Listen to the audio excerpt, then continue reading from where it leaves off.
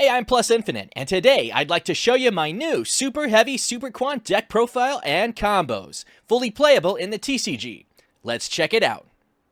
Before we get started, I want to take a moment to show off my new custom mat featuring both Zeus and Magnus alongside each other.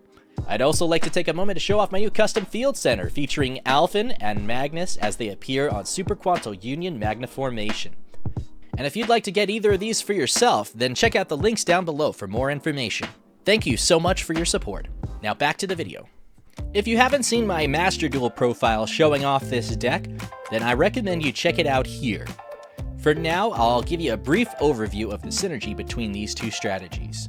The Superheavy Samurai cards take advantage of some new support from early last year. The best of which, Superheavy Samurai Prodigy Wakaushi, is a one-card starter into some incredible boards, so much so that they had to hit it on the banned list early last year. In the TCG, the loss of Scarecrow left a big impact on this deck's popularity, and since then it's fallen a little bit out of favor with most players. However, its engine is still incredibly useful in a variety of applications, including in this deck. In my Master Duel video, I showed off how you can use this engine to make early negates, preventing Nibiru and other hand traps from interrupting your Super Quant plays. In the TCG version of this deck, we do lose access to those early negates, making us more vulnerable to things like Nibiru. But we can still end on a 7-material Magnus and an Ami negate using just 2 cards. I'll show you the combos later in the video, but for now, let's get to the deck profile. Alright, let's start with the Super Quant cards. First, we've got 2 copies of ELPHNT, 2 copies of white, 2 copies of red, 2 blue, and 1 green.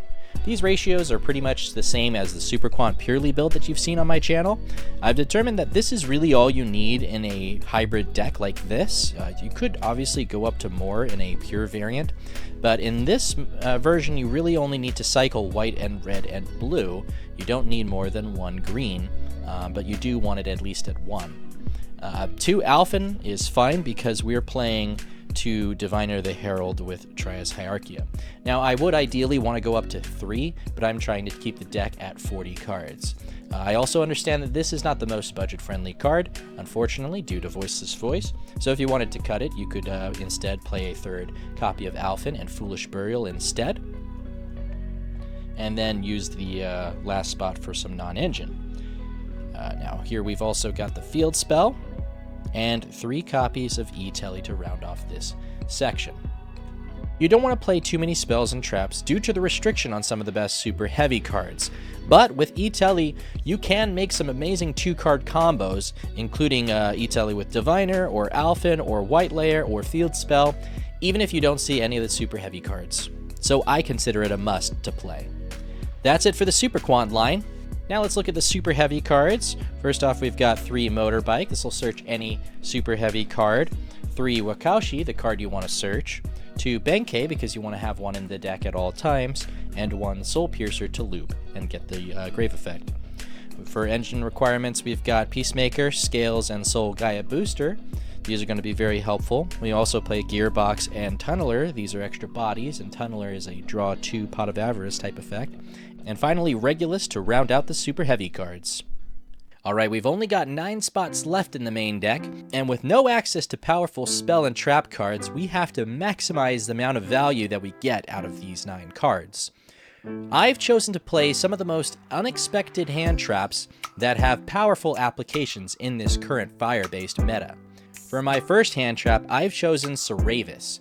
Seravis is a hand trap that lets you discard it to negate any effect that targets your monsters. Now obviously that'll stop effects like Imperm and Veiler, but its applications go much further than that. For example, if your opponent tries to activate Promethean Princess in the grave, they have to target a monster on their side and on your side to destroy and summon itself. You can activate Seravis in response to that effect, and it will negate the entire activation, meaning that they won't destroy their own monster, they won't destroy your monster, and they won't summon back Princess. Seravis also stops SP Little Knight since it has to target to banish, and that's just scratching the surface of this incredibly useful card. Just keep an ear out for any time your opponent uses an effect that targets your monster. Another incredibly powerful and highly underappreciated hand trap is Ghost Bell. Ghost Bell has arguably just as many interactions as Ash. More importantly, fewer players are prepared to play around it. and some of the backup plays end up being a little bit awkward. Also, there are a lot of cards that search from deck or graveyard, so if you read your opponent's cards, you might catch them that way. For example, you can use this card against pre-preparation of Rite's or Saphira's effect, as well as Dynamundo's effect on your turn. If your opponent doesn't chain block a Flamberge, then you can shut down that effect, and since Promethean Princess summons itself from the grave, you can actually stop that entire effect with Ghost Bell as well. The most important thing to remember with Ghost Bell is sometimes you might accidentally use it too soon, so be sure to pay very close attention to what your opponent is doing and what their card's effects actually are in order to catch them truly off guard. Finally, the last hand trap I've chosen to play is Ghost Ogre. Ghost Ogre is another hand trap with way more applications than you might initially expect. For example, one of the best ways to trade value with this card is against Appaloosa. Did you know that you can chain Ghost Ogre to Appaloosa and prevent its negate, since it needs to decrease its attack and it will be destroyed by the time it tries to do so? That means Ghost Ogre can trade 1 for 2 or 3, maybe even 4 interruptions with just one card. Another great way to use Ghost Ogre is on IP Masquerena, since it needs to link using itself. You can also stop an SP Little Knight if it chooses to banish itself, since it needs to banish both monsters in order to resolve the effect. There are way more interactions than I can think of here, but just to name a few more, you can use it against continuous spells and traps, or even field spells, such as the Voiceless Voice spells and traps, or the Snake Eyes field spell when it tries to summon a monster from the spell and trap card zone. And you can even use it against things like Hita, since it needs to summon to a zone that it points to. In general, my philosophy with limited numbers of hand traps is to try and get the maximum amount of value out of the card. I think these choices will carry you pretty well for 9 cards in the current meta. And that's it for the non-engine. Now let's go to the extra deck. First off, Zeus, 1 copy of each of the Super Quant Xyz monsters, and of course our Megazord Magnus. For the engine requirements, we've got Tilting Entrainment, a Synchro 8 that allows us to special summon a face-up Pendulum level 4 from our extra deck, a card we'll be using in place of Scarecrow to start our super heavy cards. Ancient Gear Ballista, which will get us to Gearbox and Tunneler, 2 extra bodies which will then Pendulum summon after summoning Cleafor Genius to get us a search for a level 6 or higher, or is it level 5 or higher machine monster, in this case Regulus. We've got a few rank 4s, including Baguska and Abyss Dweller, good toolbox options, and an Exciton Knight, which I love this card because it's thematic. And then to round off our extra deck, we've got Saryuja and Zealantis. Oh yeah, you know we're using those guys. And I've filled the last spot with Appaloosa. If you don't feel confident that you can make the Super Quant engine work, then you can just end on an Appaloosa at the very least. Alright, now let me show you a true 2-card combo that needs no discards and ends on a 7 Material Magnus, an Omni Negate, and 4 cards left in your hand. How is that possible, you might ask? Because the super heavy cards are insane, and we're going to be drawing 6 cards deep into our deck during this combo. To start with, we're going to need either Wakaushi or Motorbike to search for Wakaushi. Unfortunately, we can't use Wagon or Soul Piercer as 1-card starters anymore, so you need to draw one of these 6 cards in your deck to get started with this combo. We're also going to need either ELPHNT or Diviner at some point during the combo. I say that because, again, we're going to be drawing 6 cards deep into the deck, so if you don't see this card in your opening hand, that's fine. You'll have 6 chances to draw it, pretty much guaranteed. For this version of the combo, I'm not even going to use ELPHNT or Diviner in my opening hand. Instead, I'm going to use Wakaushi and 1 monster that can be Pendulum summoned between 2 and 7. So, we'll start by activating Wakaushi, scale the Benkei, summon itself, and Benkei effect to grab Soul Piercer. Now, normally we would equip the Soul Piercer and link into Scarecrow, but since we can't do that, we have to commit our normal summon here. This does leave us vulnerable, so be prepared to do some backup plays if you get interrupted. Here we're going to sync, using the Tuner Wakaushi and the level 4 Soul Piercer into Tilting Entrainment. I'm going to put it in zone 2 here. Chain links, Soul Piercer 1, Tilting 2, blocking the Soul Piercer So Tilting Entrainment can special summon a level 4 or lower pendulum monster from our face-up extra deck, and Piercer will go for a search for Peacemaker. Then we'll use Peacemaker to equip to the Wakaushi and Tribute, sending the Wakaushi back to our face-up extra deck, and summoning Scales from the deck. Scales will trigger to summon back the Soul Piercer, and now we'll take 2 Earth Machines and link into Ancient Gear Ballista. This will trigger Ballista as Chainlink 1, and then Piercer as Chainlink 2. Piercer will search for another Wakaushi, and then Ballista will search Gearbox. Gearbox will then add Tunneler to our hand, which is why we made Ballista Chainlink 1, because it gets 2 bodies to our hand. Okay, so now we can set our scales again with the other Wakaushi, and take the 2 machines on our field, turning it into Qliphort Genius. Again, we want to leave zones 1, 3, and 5 open so that we can activate Qliphort's effect in a second. So now we can Pendulum Summon. We'll summon 1 from the extra deck, Gearbox and Tunneler at minimum, so minimum Pendulum 3. And then we can pen summon 1 more here from our hand so that we'll have 4 materials to make Saryuja and get its draw 4 effect. If you already have ELPHNT, then you don't need to summon this one. You can just use these 3 as material for Saryuja. But since I have no ELPHNT, we'll summon the extra monster, and then we will link... Sorry, getting a little bit ahead of myself.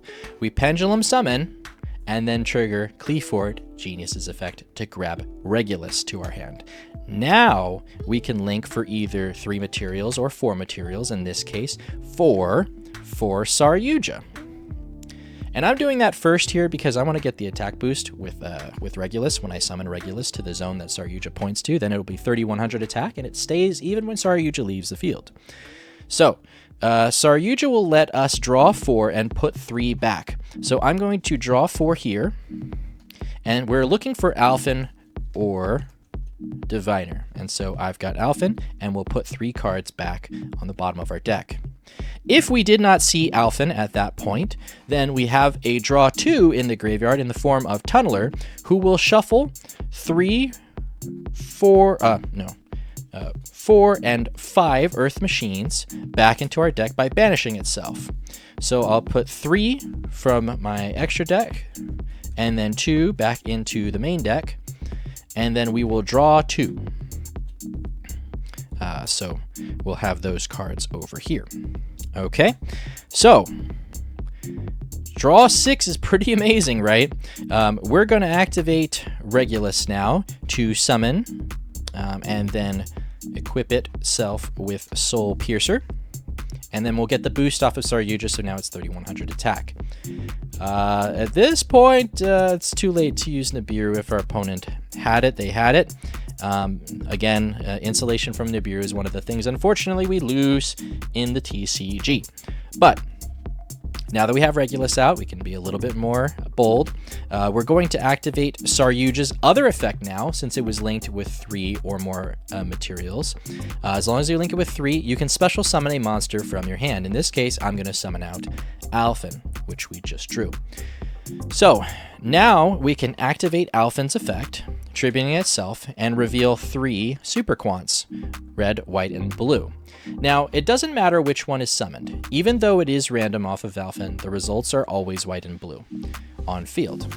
If you haven't seen my Superheavy Super Quantum Master Duel video, then I'll explain. If blue is summoned, that's the best because we get our search right away. And then red is going to activate its grave effect to summon back white. And you'll make sure that you activate white's grave effect to grab ELPHNT from field or deck to give you an extra discard fodder. If white is summoned, then you'll activate red's effect to summon back blue. And you can also activate white's effect to Foolish Ace another copy of white layer to the grave so that you can get white's grave effect and add an ELPHNT that way. And then if red is summoned, then what's going to happen is red's going to target white in the grave to add it back to the hand. And then you'll activate white effect, sending a non-light Super Quant card you control to the grave, triggering red to summon back the blue. So in this case, we're going to say that's what happened. The red got summoned, red targets the white, and then white has to send the red to summon itself, triggering red to summon back the blue. When white is summoned, we're going to Foolish, another copy of white to grab another ELPHNT from our deck to our hand, giving us extra discard fodder. So now we have 5 blank cards in our hand, only 2 of which we're going to be using as discard fodder. So we didn't get blue search effect for the field spell, and that's unfortunate, but we have a handy dandy friend here called World Sea Dragon Zealantis, which I'm hoping doesn't get banned on this this upcoming ban list, because otherwise this video is just not coming out. But yeah, so Zealantis will allow us to banish everything and re-summon.